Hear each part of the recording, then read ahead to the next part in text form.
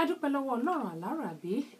ọba ńlá ọba ọlọ́wọ́ gbọgbọrọ ọba tó dá ẹ̀mí èmi àti yín sí láti ìbẹ̀rẹ̀ ọdún yìí àkàsọ̀ kínní ìkejì ìkẹta títí dé ìkejìlá òní ní ọdún yìí parí ọdún 2014 nítorí pé òní ní ọjọ́ kọkànlélọ́gbọ̀n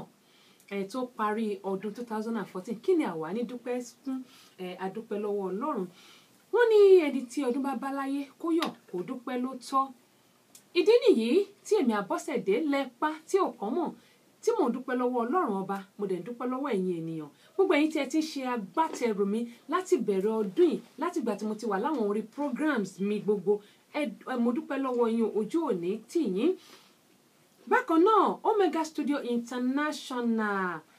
níbi tí a ti bẹ̀rẹ̀ ètò tuntun ní ọ̀làjú mo dúpẹ́ lọ́wọ́ gbogbo ẹ̀yin tí ẹ bá mi pè sórí ètò lónìí ṣúgà mo mọ̀ pé wọ́n ti pè mí kí n tó bẹ̀rẹ̀ ètò Kẹ́mi Èkó mo dúpẹ́ pọ̀ lọ́wọ́ yín Ọládàpọ̀ Martins mo dúpẹ́ lọ́wọ́ ẹ̀yin náà Ọ̀gbẹ́ni Bọ̀dé mo dúpẹ́ lọ́wọ́ yín Bàbá Débò gbogbo yín pátápátá báyìí gbogbo ẹ̀yin tí ẹ̀ ń dúró tì mí tẹ́ tún ti ń pè mí kí n tó bẹ̀rẹ̀ ètò gbogbo yín pátápátá ni mo dúpẹ́ lọ́wọ́ pé Ọlọ́run Olódùmarè yóò bàbá mi wà pẹ̀lú yín a ní ọdún tuntun tá à ń wò lọ́kọ̀ọ̀kan yìí ẹ ò ní rí ń gbé sọnù bí ò ṣe bí ọmọ ọ̀nà yín á là síre ọ̀nà yín á là sówó á là sálàáfíà àìkúbálẹ̀ ọ̀rọ̀ ire gbogbo yóò máa bá yín gbé ẹ̀yin èèyàn mi nílé gẹ́gẹ́ mo yín sọ pé ọdún 2015 òun ló ń bọ̀ lọ́la yìí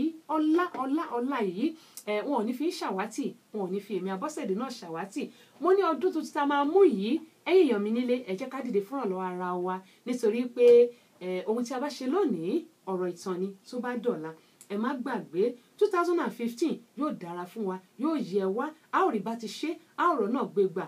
ojú òní tì yín ojú òní tèmi náà mo ní gbogbo wa pátápátá báyìí a ò ní rí ohun gbé sọnù bí ò ṣe bí ọmọ lọ́lá Àláràbí Àbọ́sẹ̀dé yín náà rèé tẹ́síṣù lẹ́pa tí ò kọ́ mọ̀ ló ń kí pé a kú ìpalẹ̀mọ́ ọdún ẹ̀mí wa yóò ṣe púpọ̀ ẹ̀ lálàáfíà láyé àti láàyè ó dàbọ̀.